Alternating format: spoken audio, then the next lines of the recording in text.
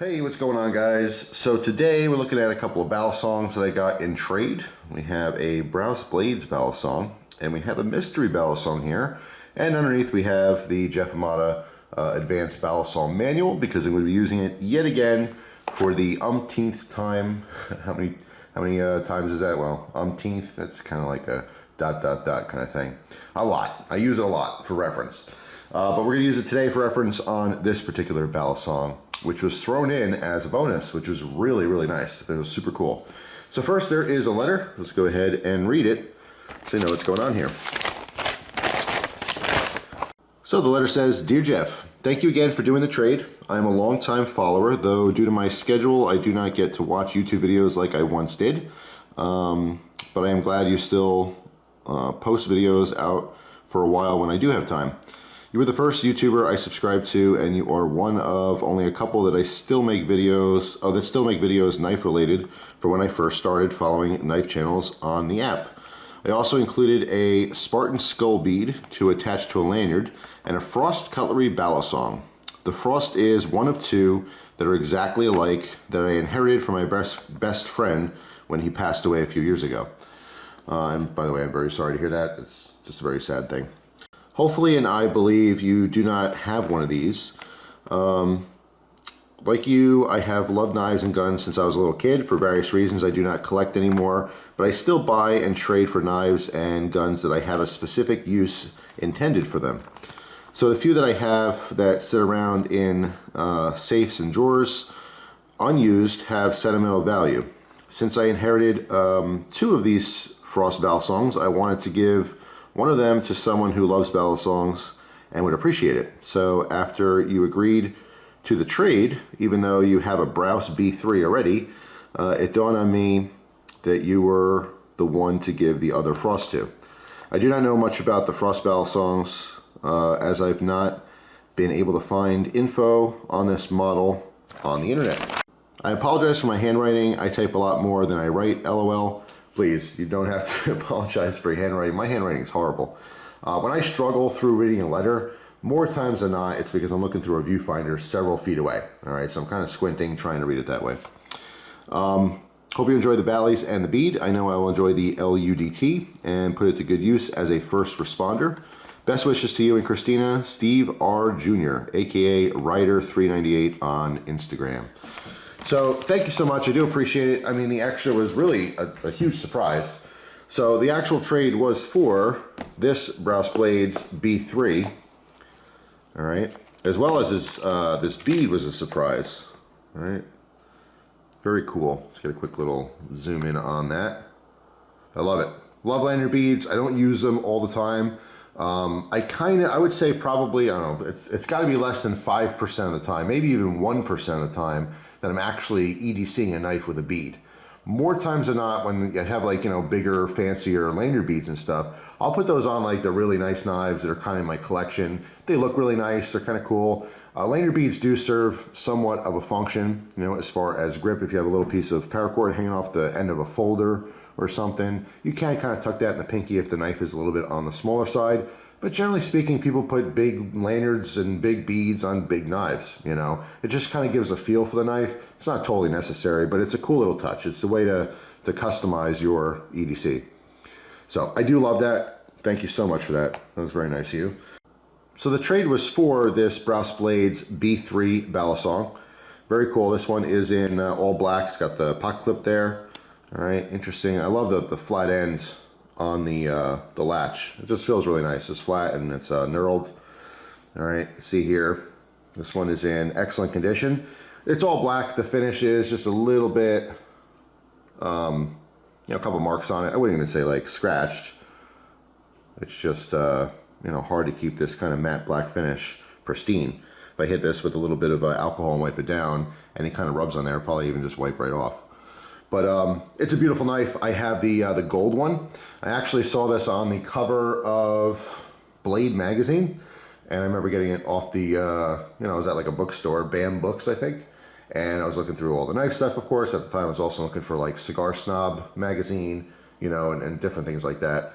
And I saw the Blade magazine, pulled it up, Brous Blades B3 Balisong right on the front. I said to myself, I had to have it. bought the magazine, read an article on it, and then eventually picked one up. But this will be a nice addition to the collection.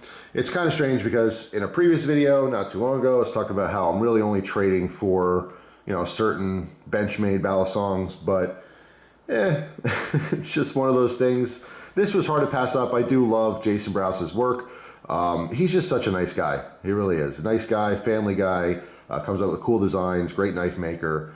Had the pleasure of meeting him twice at different trade shows. Hooked me up with a little Bionic, which I still EDC occasionally. Just like I said, just an awesome dude. It's just, I don't know, it's different. Like when you follow different custom makers and stuff, if you ever have a chance to really meet them and have a conversation, it just kind of changes how you see those people. I mean, I've always liked his work, but actually meeting him and knowing he's just a really nice dude. And he gets into all kinds of gun stuff too. He has like a whole, I think, a company that does customized gun parts, and just really awesome guy. But yeah, I mean, I love his work, and the Balisong was awesome, so it's just kind of hard to say no to this one, even though I'm not specifically collecting these types of Balisongs, you know? But it's just super cool. And the other knife here, let's put this off to the side for just a moment. The other knife is a Frost Cutlery, and you heard the story. Unfortunately, his friend had passed away, and he inherited two of these. They're both the same knife.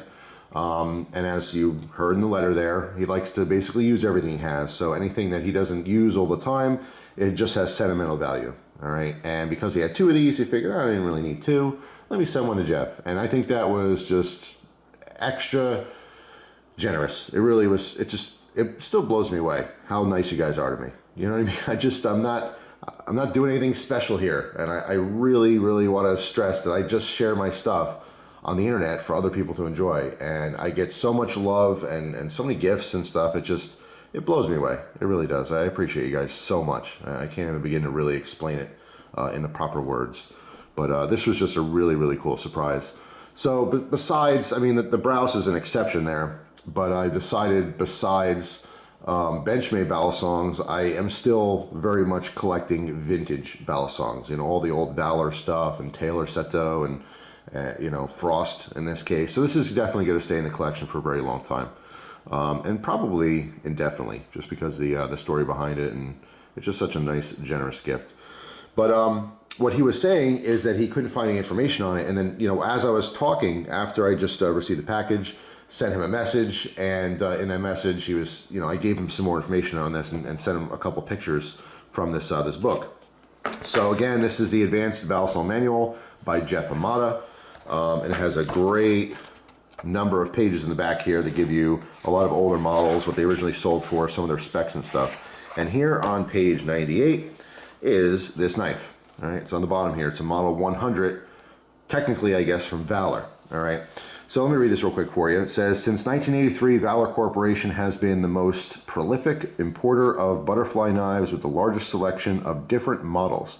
Below are some examples of the company's extensive line. The solid stainless handle series, all right? There are 440 stainless steel blades in the series. All the solid stainless steel covers, the covers are attached at the hinge pins, latch, and rear pins. The pins are ground off and polished even with the handle surface. So these are basically brass Balisongs, all right? And you can see there's even a brass latch on here, T-latch. And they have these stainless steel, basically they're calling them covers. They're kind of like, you know, handle overlays, all right? But they're completely attached, and these are completely smooth, all right? There's no texture, jimping, cutouts, anything like that.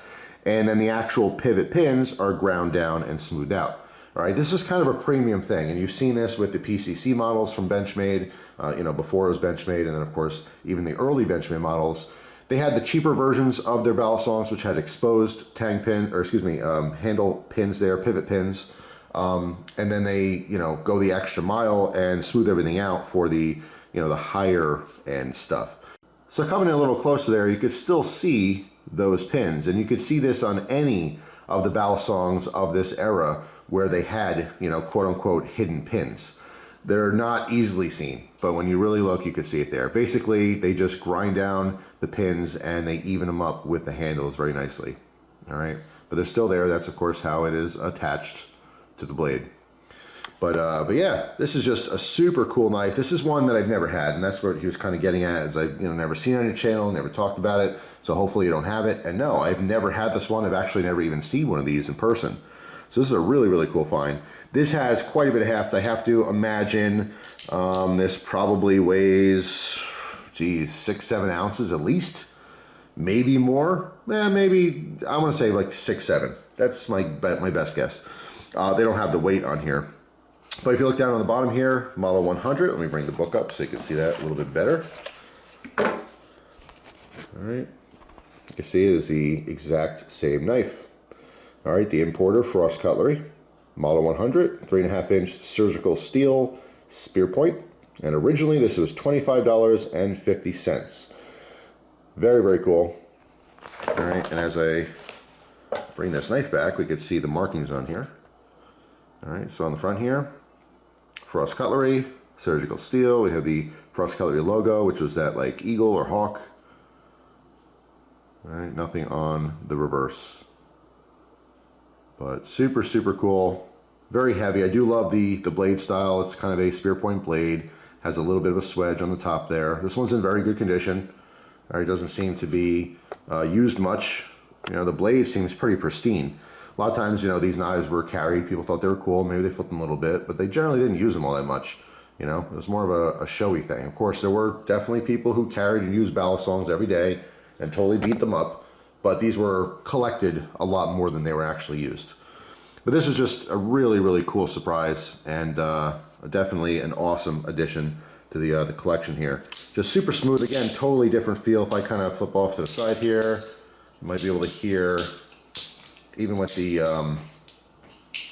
latch, I don't know, it has a different type of click. It was super cool though. But yeah, I just wanted to thank him very much for this. A Valor technically, model 100, which obviously is a Frost Cutlery made Balisong. But I love it. It is the next addition to the vintage Balisong collection, which again, I'm going to officially continue to do, is collect the vintage Balisongs, because like I have some modern ones that I really love. I'm not even going to spew off models because there's a ton of them. But it's hard to get rid of those things. And I kind of decided, all right, well, I'm only going to collect these. And then it's like, well, maybe I'll collect some of these too, and these. I'm not going to collect all of them. There's definitely certain models that I can get rid of to contribute towards, future trades and things like that. So I'm more open to trading Balisongs. But yes, I'm already kind of reverting back to, well, I don't just want these. I want these and these and these. There's just too many cool ones. It's hard to just kind of give them all up. But I do like the vintage stuff. That's just stuff you just do not come across very often. I could be just as happy getting this knife in a trade as I would, a $500 or $600 modern Balisong that's just amazing to flip. You know what I mean? The collector in me really just looks back and says, wow, this is just special. These have stories. They all have stories, and this one has a story. I think it's a really neat one, and it's just something that's going to carry on with me. And when I show this knife to people in collections, I could tell that story. That's what makes it special, I hope everyone has an awesome day. Thank you very much for stopping by and checking out my video for today. I post them every day. If you're new to the channel, I have lots of them. I have like 6,000 videos. And that's not like an exaggeration. That's like what I have, 6,000 videos. It might be just under that or just over that. I forget. I haven't checked in a while. But I've been doing this for 13 years. And I posted a video every single day. And if you can imagine, the first couple of years, I posted multiple videos every day. Sometimes I had 4 or 5 videos in one day. And the next day maybe I had 1. And the day after that, maybe I had 3 or 4 more. But that's when I had a lot more free time. But I really enjoy doing this. I love making YouTube videos. I love spreading, hobbies, talking about stuff that I enjoy. And that's the biggest joy I get back, is people smiling and telling me, hey, you got me into this. You got me into collecting Zippos. You got me into collecting knives. There's been people who watch my videos who got into knife making. It's awesome. The whole thing is just really cool. It's been a fantastic experience. But the reason I'm saying this is because I want to tell you guys how much I appreciate you. Really, from the bottom of my heart, thank you. Thanks for being around. Thanks for watching the videos. And thanks for giving me all the feedback. Talking to you guys, interacting with you, that's what makes it special for me. If I just posted these videos and turned off the comments and never answered any messages, wouldn't be fun, So that's it. Hopefully you guys have a fantastic day, and I will see you tomorrow with a brand new video. Take care.